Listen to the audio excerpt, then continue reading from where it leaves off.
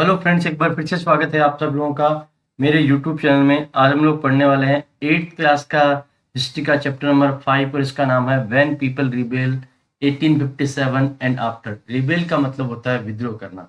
इसमें इंडिया के हिस्ट्री के बारे में हम बहुत सारी बातें पढ़ने वाले हैं कि 1857 में किस प्रकार से रिबेल हुआ था, उसके क्या कारण थे और उसके बाद में किस प्रकार से परिस्थितियों में बदलाव आया। तो चलो करते हैं शानदार वीडियो की शुरुआत। पॉलिसीज और पीपल। पहले के चैप्टर में आप लोग पढ़ चुके हैं किस प्रकार से ईस्ट इंडिया कंपनी ने हमारे यहाँ लोगों के लिए अलग अलग प्रकार की पॉलिसीज बनाई और उनका हमारे लोगों पे बहुत अधिक प्रभाव पड़ा।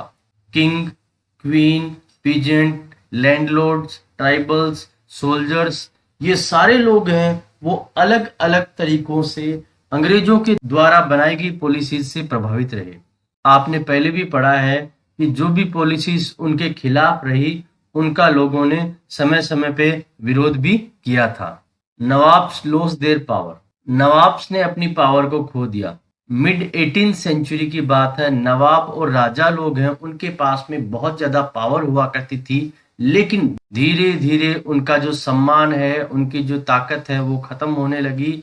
अब यहाँ के जो लोकल निवासी है उनको अलग अलग कोर्ट्स में लगा दिया गया। रूलर्स की जो फ्रीडम है उसको कम कर दिया गया और उनकी जो आर्मी है उसका जो अधिकार है उससे छीन लिया गया और उनकी रेवेन्यू कलेक्ट करने का अधिकार और उनकी टेरिटरी का जो अधिकार है वो धीरे धीरे स्टेप बाय स्टेप करके खत्म कर दिया गया। इसका मतलब अब ये जो रूलर्स थे वो केवल नामात्र के रूलर्स थे, इनके पास किसी प्रकार की कोई पावर नहीं थे। बहुत सारी रूलिंग फैमिलीज ऐसी थी जिन्होंने अंग्रेजों से समझौता कर लिया ताकि उनके जो इंटरेस्ट है वो बने रहे। जैसे कि रानी लक्ष्मीबाई है, वो ये चाहती थी कि उन्होंने जिस सन को एडॉप्ट किया है वो उनके बाद उनका उत्तराधिकारी बने, क्योंकि उनके पति की मृत्यु हो चुकी थी। नाना साहब जो पेशवा बाजीराव सेकंड के एडॉप्टेड सन थे, उन्होंने भी बहुत रिक्वेस्ट की कि उनके फादर की जो पेंशन है वो उनके मरने के बाद में उन्हें मिले, लेकिन कंपनी जो है वो केवल अपना फायदा देखती थी और उन्होंने इन सारी रिक्वेस्ट को ठुकरा दिया, क्योंकि कंपनी को अपनी सुपीरियरिटी और मिलिट्री पावर पे पूरा पूरा विश्वास था। अवध अंतिम वो क्षेत्र था जिसे अंग्रेजों ने अपने कंट्रोल में ले लिया। 1801 में उन्होंने अवध को एक सब्सिडरी अलायंस बना लिया और उसके बाद में 1856 को पूरी तरह से इसको अपने कंट्रोल में ले लिया। गवर्नर जनरल डलहौजी जो है उन्होंने ये डिक्लेयर कर दिया कि अवध का जो रूल है वो सही ढंग से नहीं चल रहा है, इसलिए ब्रिटिश रूल है वो इसे अपने हाथों में ले रहा है और इसको ढंग से चलाएगा। कंपनी ने धीरे धीरे इस प्रकार के प्लान बनाने शुरू कर दिए कि मुगल डायनेस्टी जो है वो पूरी तरह खत्म हो जाए। मुगल किंग जो है उनका नाम सिक्कों से हटा दिया गया।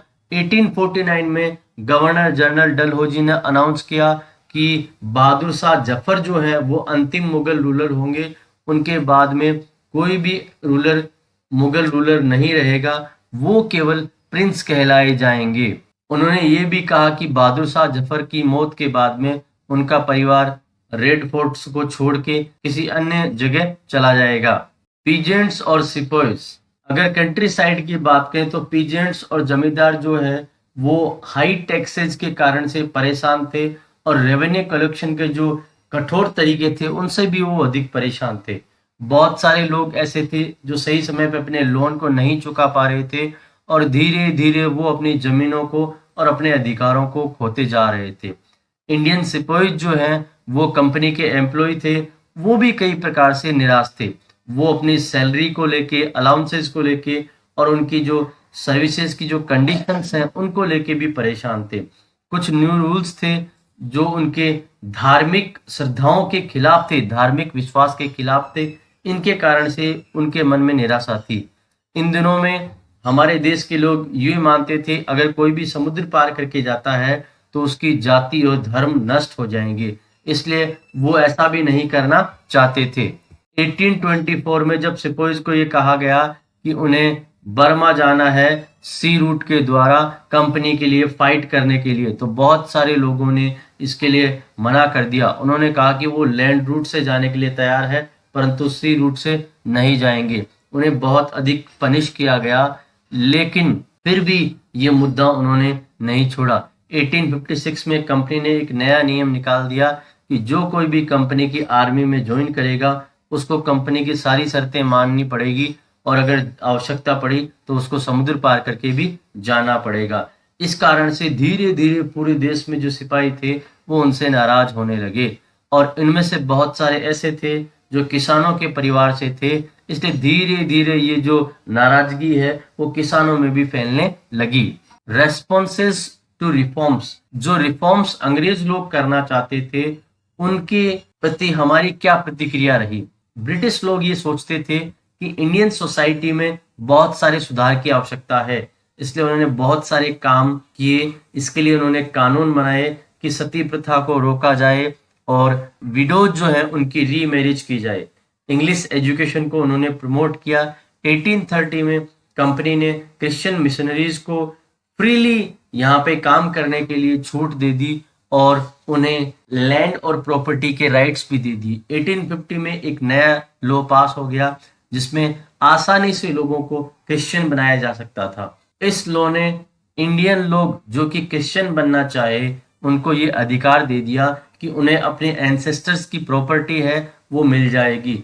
बहुत सारे इंडियंस जो है वो ये सोचने लगे कि अंग्रेज हमारे धर्म, जाति और सामाजिक जो परंपराएं हैं उनको बिगाड़ रहे हैं, लेकिन बहुत सारे अन्य इंडियंस थे वो पुरानी सामाजिक परंपराओं से छुटकारा पाना चाहते थे, उन्हें ये अच्छी लगी थी। ब्रिटिश रूल के बारे में हमारे लोगों का क्या नजरिया था उसे हम लोग देख लेते हैं।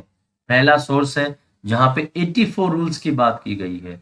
यहाँ पे मजा प्रवास नाम की एक बुक है, उससे कुछ बातें ली गई है जो कि विष्णु भट्ट गोडसे, जो कि एक ब्राह्मण थे महाराष्ट्र के एक गांव से, उनके द्वारा लिखी गई है। वो और उनके अंकल एक यात्रा पे निकले थे और मथुरा में एक यज्ञ में भाग लेने के लिए वो जा रहे थे।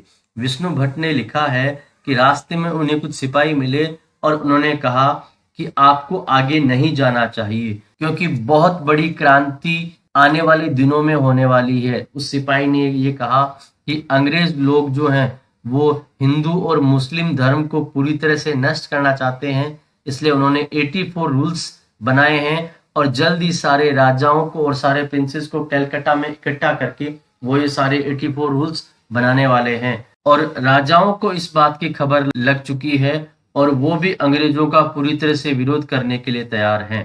सारे लोग उनकी खिलाफत करने की योजनाएं बना रहे हैं और जल्द ही एक डेट फिक्स कर ली जाएगी जिस दिन बहुत बड़ा आंदोलन होगा और इसके लिए चारों तरफ सूचनाएं भेजी जा रही है। अगले सोर्स की बात करें तो जल्द ही हर एक रेजिमेंट में बहुत अधिक एक्साइटमेंट होगा। दूसरा अकाउंट जो लिया गया है वो सूबेदार सीताराम के द्वारा लिखे गए मेमोइज से लिया गया है। सीताराम पांडे जो है वो 1812 में बंगाल में सिपाही बने थे। उन्होंने 48 ईयर्स के लिए अंग्रेजों को सेवाएं दी और 1860 में वो रिटायर हुए। उन्होंने ब्रिटिशर्स को सपोर्ट किया रिबेलियन को दबाने के लिए, हालांकि उनका खुद का बेटा जो है वो भी एक रिबेल था और उनकी आंखों सामने ब्रिटिशर्स ने उनसे मार दिया था। अपने रिटायरमेंट पे एक कमांडिंग ऑफिसर जो था उन्होंने उसे कहा था कि वो अपनी मेमोरी लिखे और 1861 में वो उसे कंप्लीट कर चुके थे और जिसे बाद में इंग्लिश में कन्वर्ट किया गया जिसका टाइटल था फ्रॉम सिपाही टू सूबेदार, और उसका यहाँ पे एक हिस्सा लिया गया है। सीताराम पांडे ने लिखा, ये एक विनम्र ओपिनियन है कि अवध को सीज करने के बाद में सिपाही लोग जो हैं वो नाराज हैं, उनका गवर्नमेंट के खिलाफ बहुत अधिक गुस्सा है। अवध के नवाब और दिल्ली के जो किंग हैं वो अपने एजेंट्स को इंडिया के अलग अलग हिस्सों में भेज रहे हैं ताकि वो लोगों को उकसा सके। इसका सिपाहियों पे और अन्य लोगों पे बहुत अधिक प्रभाव पड़ा था। उन्होंने हजारों झूठ लोगों से कहे और उन्हें अंग्रेजों के खिलाफ विद्रोह के लिए तैयार कर लिया और वो चाहते थे कि वापस से दिल्ली में मुगलों का राज आ जाए और वो ये भी जानते थे अगर हमें सोल्जर्स की सहायता मिल जाए तो इसे हम लोग आसानी से कर सकते हैं। और इसी के साथ में एक घटना और घटी कि नई राइफल लागू की गई जिसमें एक ये सूचना सबको सुनने को मिली कि इसके अंदर जो चर्बी काम में ली गई है वो काऊ और पिग की चर्बी है और इससे हिंदू और मुस्लिम दोनों धर्म के जो सिपाही थे वो बहुत अधिक नाराज हुए और अवध की घटना पहले ही घट चुकी थी, तो धीरे धीरे उनकी नाराजगी बढ़ चुकी थी और वो सोच रहे थे कि अंग्रेज हमें क्रिश्चियन बनाना चाहते हैं, वो हमारे धर्म का नुकसान करना चाहते हैं। तो ये सारी बातें सीताराम पांडे ने कर्नल साहब को बताया, लेकिन कर्नल साहब ने कहा कि ये घटना भी धीरे धीरे शांत हो जाएगी, इसका कोई फर्क नहीं पड़ने वाला है, तुम चिंता मत करो। ये छोटा सा विद्रोह जो है वो आगे जाके बहुत बड़ा आंदोलन बन गया। हालांकि रूलर्स और रूल्ड के बीच में जो स्ट्रगल होते हैं वो कोई असाधारण बात नहीं है। इस तरह के जो विवाद हैं, इस तरह के जो विद्रोह हैं, वो अक्सर चलते रहते हैं। अब बहुत सारे लोग हैं, उनका ये विचार था कि उनका सबका दुश्मन एक ही है, इसलिए वो धीरे धीरे विरोध करने के लिए तैयार हो गए। वो आपस में बातचीत करने लगे, इनिशिएटिव लेने लगे और धीरे धीरे इस तरह की परिस्थितियां करने लगे कि वो अंग्रेजों का पूरी तरह से सामना कर सकें। 1857 में नॉर्दर्न पार्ट ऑफ इंडिया में इसी प्रकार की एक स्थिति उत्पन्न हुई। मई 1857 में इंग्लिश ईस्ट इंडिया कंपनी को बहुत बड़े विद्रोह का सामना करना पड़ा। बहुत सारी जगह पे सिपाहियों ने विद्रोह कर दिया और ये इसकी शुरुआत मेरठ से हुई थी। ऐसा माना जाता है कि 19th सेंचुरी में इतना बड़ा विद्रोह कहीं पे भी नहीं हुआ था। मेरठ से दिल्ली 8 अप्रैल 1857 को एक यंग सोल्जर मंगल पांडे को फांसी पे लटका दिया क्योंकि उन्होंने बैरकपुर में अपने ऑफिसर पे हमला कर दिया था। कुछ दिनों बाद में अन्य सिपाहियों ने भी काम करने के लिए मना कर दिया और नए कारतूस जिसमें सुअर और गाय की चर्बी लगी हुई थी उसको काम में लेने से मना कर दिया। 85 सिपाहीज को डिसमिस कर दिया गया और उन्हें जेल में डाल दिया गया। ये सारी घटना 9 मई 1857 को हुई थी और 10 मई को ही सारे जो सिपाही थे वो अचानक से विद्रोह कर बैठे और उन्होंने जेल में अपने सिपाहियों को आज़ाद करवा दिया और उन्होंने जितने भी ब्रिटिश अधिकारी थे उन पे अटैक कर दिया और उन्हें मार दिया और सारे हथियार लेके ये सारे लोग जो हैं वो आगे की तरफ बढ़ने लगे। इन्होंने सोच लिया था कि अब अंग्रेजों के रूल को खत्म करना है और इसके लिए उन्हें एक ही रास्ता दिखाई दे रहा था कि हमें मुगल एम्परर बहादुर शाह जफर के पास में जाना होगा। 10 मई को पूरी रात यात्रा करके अगली सुबह वो बहादुर शाह जफर के पास पहुंचे, लेकिन बहादुर शाह जफर जो है वो उनसे मिलने के लिए तैयार नहीं था। 10 मई को पूरी रात यात्रा करके ये सारे सिपाही दिल्ली पहुंचे और उनके आने की सूचना पर अन्य रेजिमेंट्स में भी सिपाहियों ने विद्रोह कर दिया और अंग्रेज ऑफिसर्स को मार दिया और उनकी बिल्डिंग्स पे आग लगा दी और सारे जो सिपाही हैं वो बहादुर शाह जहाँ रेड फोर्ट में रहते हैं उसके बाहर आ गए और उनसे मिलने के लिए बेचैन हो रहे थे। राजा उनसे मिलना नहीं चाहते थे, वो अंग्रेजों का विरोध करना नहीं चाहते थे, लेकिन इतनी बड़ी संख्या में सिपाहियों के आने के कारण से बहादुर शाह जफर को उनकी बात को मानना पड़ा और बहादुर शाह जफर ने अपने जितने भी बड़े बड़े चीफ और रूलर्स थे उनको एक पत्र लिखा कि हम अंग्रेजों का विरोध करेंगे और इसके कारण से बहुत अधिक प्रभाव देखने को मिला। मुगल डायनेस्टी का हमारे इंडिया के बहुत बड़े हिस्से में रूल था और उनसे जुड़े हुए छोटे छोटे मुखिया और रूलर्स थे। उन सब लोगों को ये सूचना मिली तो वो इस बात के लिए तैयार हो गए। वो ये भी जान रहे थे कि अगर ब्रिटिश लोगों का प्रभुत्व चारों तरफ बढ़ा तो उन्हें नुकसान होगा, इसलिए वो मुगल एम्परर बहादुर शाह जफर के साथ में होने के लिए तैयार हो गए। ब्रिटिश लोगों को इस बात का बिल्कुल भी अंदाजा नहीं था कि छोटी सी बात से इतना बड़ा विद्रोह हो जाएगा। उन्होंने सोचा कि ये छोटा सा इश्यू है, जो राइफल की चर्बी है, ये जल्द ही खत्म हो जाएगा, लेकिन बहादुर शाह जफर के एक डिसीजन ने इस रेबेलियन को बहुत अधिक बदलाव में ला दिया। लोगों में बहुत अधिक जोश और जुनून था और वो कुछ भी करने के लिए तैयार थे। धीरे धीरे ये रेबेलियन जो है वो फैलता गया। ब्रिटिश लोगों को दिल्ली से बाहर निकाला गया और लगभग एक सप्ताह तक कुछ भी नहीं हुआ। एक सप्ताह तक न्यूज चारों तरफ फैल गई और उसके बाद में धीरे धीरे चारों तरफ छोटे छोटे विद्रोह होने लगे और धीरे धीरे दिल्ली, कानपुर, लखनऊ सब जगह पे इस प्रकार के विद्रोह हमें देखने को मिले। टाउन्स, विलेजेज में जितने भी लोग थे वो सारे धीरे धीरे लोकल लीडर्स, जमींदार्स और चीफ्स की सहायता से झुंड बना के धीरे धीरे इनके खिलाफ एकजुट हो रहे थे।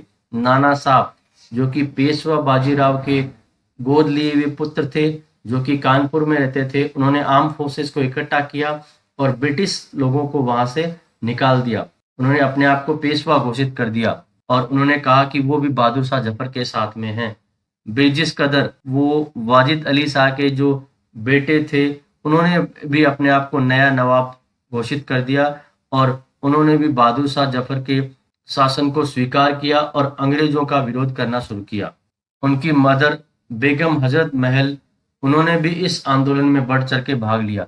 झांसी की रानी लक्ष्मीबाई ने भी तात्या टोपे, जो कि नाना साहब के जनरल थे, उनके साथ में अंग्रेजों के साथ लड़ने को तैयार हो गई।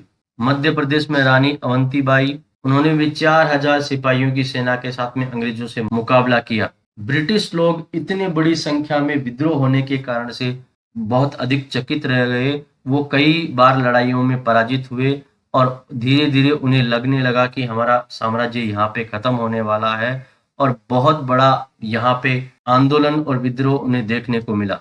6 अगस्त 1857 को लेफ्टिनेंट कर्नल टाइटनर ने अपने कमांडर इन चीफ को एक पत्र भेजा कि हमारे लोग जो हैं वो डर के भाग रहे हैं, हर एक जगह हमारा विरोध हो रहा है, यहाँ पे लोग जो हैं वो हमारे खिलाफ बहुत अधिक संख्या में जुट चुके हैं। बहुत सारे नए लीडर उनके सामने आ गए, जैसे कि अहमदुल्ला शाह, जो कि फैजाबाद से मौलवी थे। उन्होंने ये घोषित किया कि अंग्रेजों का राज जल्द ही खत्म होने वाला है। उन्होंने बहुत सारे सपोर्टर्स अपने साथ में खड़े कर लिए।